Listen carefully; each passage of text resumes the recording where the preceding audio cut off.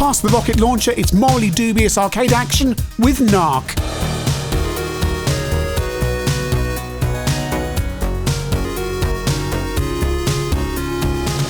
NARC is a 1988 game from Williams, designed by the famous Eugene Jarvis. He created Smash TV that we reviewed a while back here on ChinnyVision. It's a two-player game. You are Max Force and the Hitman, not the Hitman and her, and your mission is to apprehend Mr. Big, who is a drug trafficker and also, for good measure, a terrorist. NARC is a game with large digitised sprites, lots of explosion, smooth scrolling, and lots of visual spectacle designed to draw the passers-by into playing the game. But how will this convert to the home systems? UK home ports by the sales curve, and you can see there Red Stig and Blue Stig, aka Max Force and the Hitman. And we start off on the Commodore 64. So at the start of each level, you'll be told who the baddie is for the level, although in practice on these versions, it doesn't matter.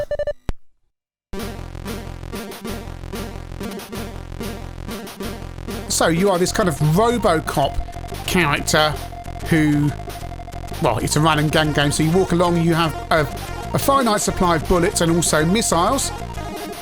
You can crouch or walk, and your missiles will blow the enemies apart and body parts will fly everywhere. This was one of the most violent computer games or arcade games out at the time. It's a start of this particular kind of subgenre of run and gun games. So that's not the end of level 1. Each level has a kind of sub-level thing. Over to the Spectrum, which is 1 to 8K only. And it is a multi-load, so you're going to see this jump around because I've had to snapshot this a bit like with UN Squadron because none of the images work properly. So here we go. I'm crouching down because that helps you avoid a lot of the enemy bullets. You can arrest the people or you can shoot them. You get more points for arresting people. You stand next to them for a few seconds and then it goes, you're busted. Monochrome graphics on the Spectrum. We go through to the second part of level 1. With a change of colours. I've accidentally activated my Player 2 sprite there, so not sure how much further I'm going to get on the Spectrum. Might have to start again now. Though he got busted. But all versions of this game do have a 2-player option. Amstrad CPC. I think I mentioned, if I didn't, all the UK ports are by the Sales Curve, who were doing a lot of conversions at this time. Rodland being another one. So again, we go through this on the CPC with this curious colour palette there. So we investigate the pipeline hideout. When you're walking along, you can also pick up cash and drugs for a bonus at the end of the level. And oh dear, yes, the CPC version is, well, it's ugly, isn't it? It looks like a very low-rent budget game, possibly on the Commodore 64, to be honest. This isn't what you expect from the CPC at all, graphically. It's colourful and moves about the same speed as the Spectrum, although it's jerkier. But look how ugly the graphics are. 60% from Amstrad Action for this port of the game. Seems a little bit on the generous side, but perhaps it plays better. One thing I am noticing is the complete lack of sound. It's another one of those CPC ports from the era where nobody bothered to put in any sound, or they ran out of memory, or possibly a combination of the two. I mean, how much effort does it take to put in just a whiz bang or a pop for the bullets? Perhaps you don't have enough memory for music, but how lazy is it not to put any spot effects in at all? you do get this HUD thing at top of the screen that shows you where enemies are located and where bonuses are located. This will also help you locate the passes you need to get through some of the doors in the game. You'll also notice when you pick up items, they vanish, just like in Smash TV. Amiga version. NARC, no one had the guts until now. It's, isn't that car rather small compared to the people? You can't skip the sampled music, which just sounds like a child just played around with Pro Tracker for a bit and just put some random samples in.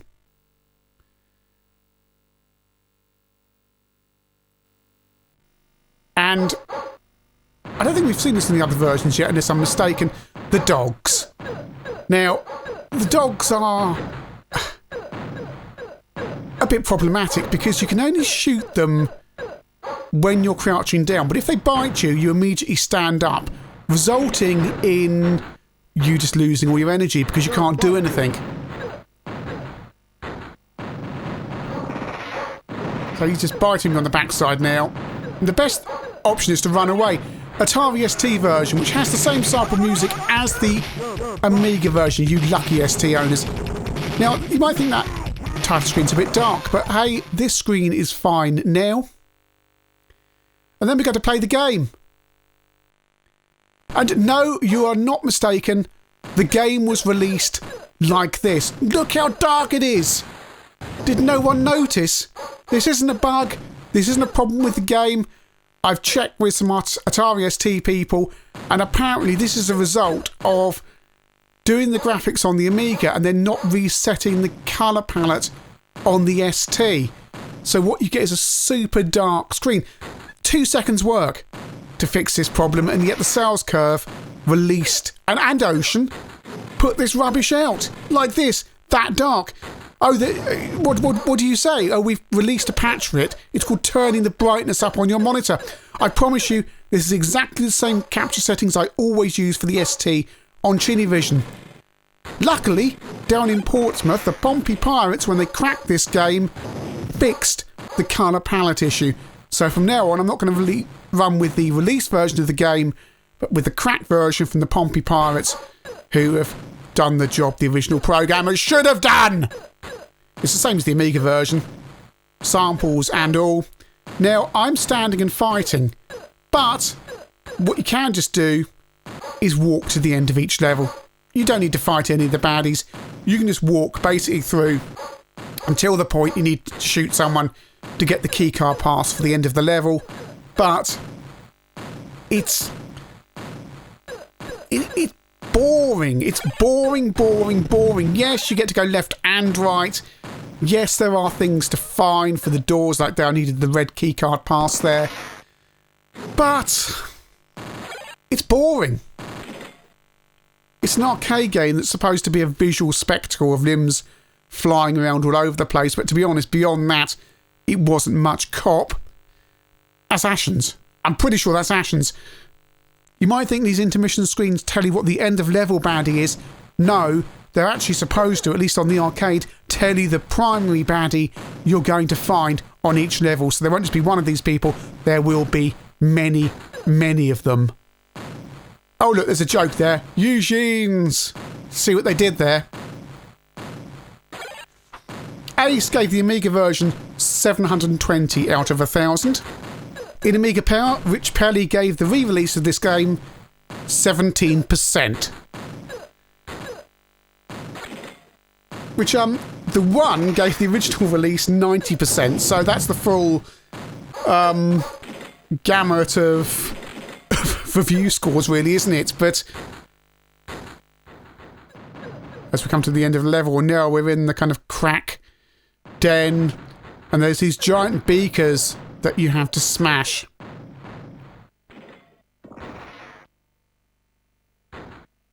Oh, missed him. Oh, now I've done it there. That's what you're supposed to do. Blow them all apart. Blow them all apart. This bit's quite... This level is better because you've got something to actually do. You've got to blow up all the equipment whilst avoid... I'm being chased by dogs again. Am I taking these dogs for a walk or something? Here, doggy, here, nice. You just walk along. As long as they're behind you, it's fine. They just follow you along like good doggies. Perhaps Bunty of Nicky and Bunty, when she takes dogs for a walk, is also heavily armed. And that she can't turn her... Or she must always have her back to the dogs. They will follow her. Or if she turns and faces them, they bite her. I don't know. Also, where are these dogs all coming from? In fact, where are all these junkies coming from as well? So that's a key safe thing there. Not key safe, a key card. Amstrad version. Oh, Amstrad owners, the sales curve are spoiling you. It's graphically ugly in a way that it doesn't need to be. I mean, the sprites look like they've been drawn at half the size and then just scaled up. There's no need. There is just no need. You're kind of astonished that a lot of this stuff got out. Where was the quality control? That ST version, all in the dark. You know, it's easy to forget that when we're playing the cracked version from the Pompey Pirates that has the corrected colour palette. But, you know, Ocean putting out a game, the palette too dark. Ocean putting out a game like this. I know it's an out-of-house job, but did they have no pride? Would they, if this had been an in-house job? Dragon Ninja, it doesn't look like this. Why not just repurpose the Dragon Ninja engine for this game?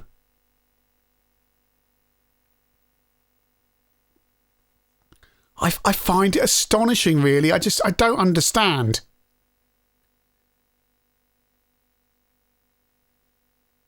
That's the key card there, and I go through there on my crouching down. In silence. Again, in silence. We do get some audio on the intermission screens. So that's something. That's something. He's a PCP addict. Proceed with caution. And on tape on the Amstrad as well, it's the same horrific multi-load as the Spectrum version. And presumably the C64, I was playing a disc version on that, so... Oh, yeah, look at this. And on this level, there's cars. You get to drive the car in the title screen, or do you? Let's find out. Oh, the dogs are here now. Except I don't know what they actually look like. I mean, look how bad that graphic is. The Amstrad has lots and lots of colours available. Why not use them? I want to try and get in this car. Because memory says, I arrested him. Want to jump in the car in slow motion. Yay, we're in the car. Woo, off we go. And it gets very jerky. Well, this is a 1, 2, 3. Oh, I was going to count. Oh, crashed. Oh, it's all gone. I was going to count how many frames it took to get across the entire screen. But we've crashed and my car was melted. There's a man coming along with a bin. So I hope it's not Mr. T's bins. You've got to stay away from his bins. But at least the Spectrum version's got nice clear graphics. I mean, some of the reviews complained it was all monochrome, but you're damned if you do, damned if you don't on the Spectrum, aren't you, really? You have lots of colour but clash everywhere, unless you're very clever, or you have it nice and clear in monochrome. And I think, actually, here, I'd rather have it in monochrome. This is a nice, clear display. It's speedy. There's some frames of animal. Oh, there's the Interceptor. I assume it's the Interceptor. It could be Annika Rice, of course. Actually, it does look like a Jet Ranger. Perhaps Annika Rice is flying overhead in an episode of Treasure Hunt. I'll keep away from those bins. Quite a long level, this, isn't it? You need the car to get down this one because it's so long. In any of these versions, player 2 can join at any time. Oh, that's the end of the level. I'm going to reverse, beep, beep, beep. Oh, there's Annika then. There's Annika. Oh, it's all gone wrong. I've crashed my car. Right, I just need to... I should be able... Do I need the key card? I don't have the... What colour key card does this exit need? Or doesn't it need any? Perhaps I can just walk in that door. It's very slow, suddenly you realise. You don't notice it until you've been in the car, and then you notice it's very slow. Right. Here we're on the ST.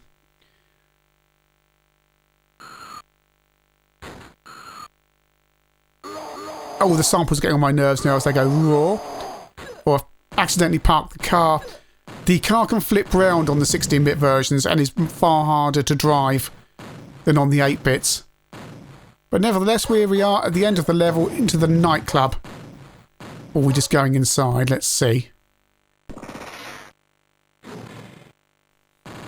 You'd think the ST and Amiga would stand a chance of replicating the arcade experience, but we don't even have that visual spectacle here. It's all very pedestrian, fairly slow moving, far more frustrating, less fluid, and generally very, very dull, which leaves the gameplay horribly exposed.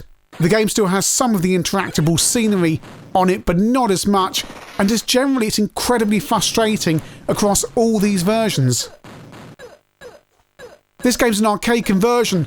They've just managed to convert the basis of the arcade game, but the visual spectacle has gone, the fun has gone, everything has gone across every version we've seen today. And it's Psycho Clown level. Oh, there he is. And every time Psycho Clown comes on the screen, he makes that weird laughing noise. On the Amiga, this level's really annoying because you have to go into all these different doors. As I said, Rich Pelly gave the game 31% on re-release for the Spectrum. Crash gave the game 95% on the original release, saying, "Wave goodbye to boring beat-em-ups and hello to gratuitous violence." Matt Belby at Your Sinclair said the game gave the game 72% and said it relied on gratuitous violence too much. C64 version. I think this is supposed to be some kind of drugs factory where we're smashing up cannabis plants, but in fact you just look like a really annoyed Robocop who wants to smash up Christmas trees. Take that, Christmas tree! I hate Christmas. Is that the key card for the end of the level? I think it might be. One more Christmas tree, I've blown it up there with my laser thing. Spectrum version. Sky High's lair. Look, there's peace symbols on the wall and cannabis signs because presumably we're going into the greenhouse. In fact, this might be the same level as the C64.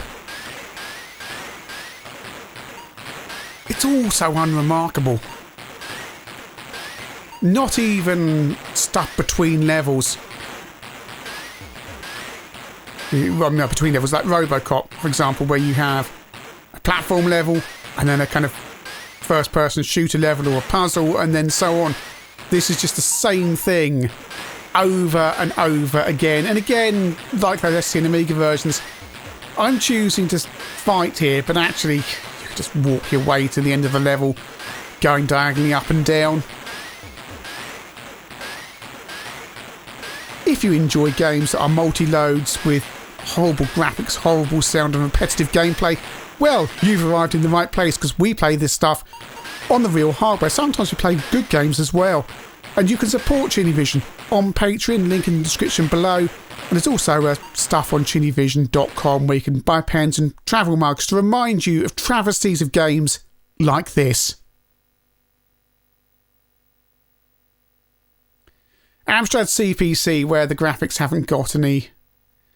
I mean, these baddies only appear on this level. And that white background only appears in this level. So why make the baddies white and the background white? There's just no thought, no care. It's like it's just a production line. We've got to just got to get a game out. Doesn't matter. Nothing else matters. Just get a game out. Just got to get it released, and that's it. And actually, all it makes people do is want to go and buy a 16-bit machine and mistaken belief they're going to get better games because this is the best the Amstrad can do. It's patently not.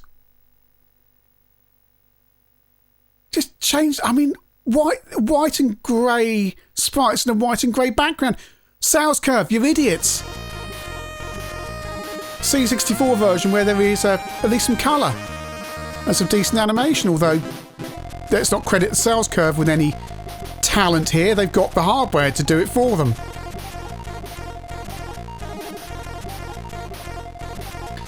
And here we are at the end of the game where Mr. Big is some kind of strange Dalek.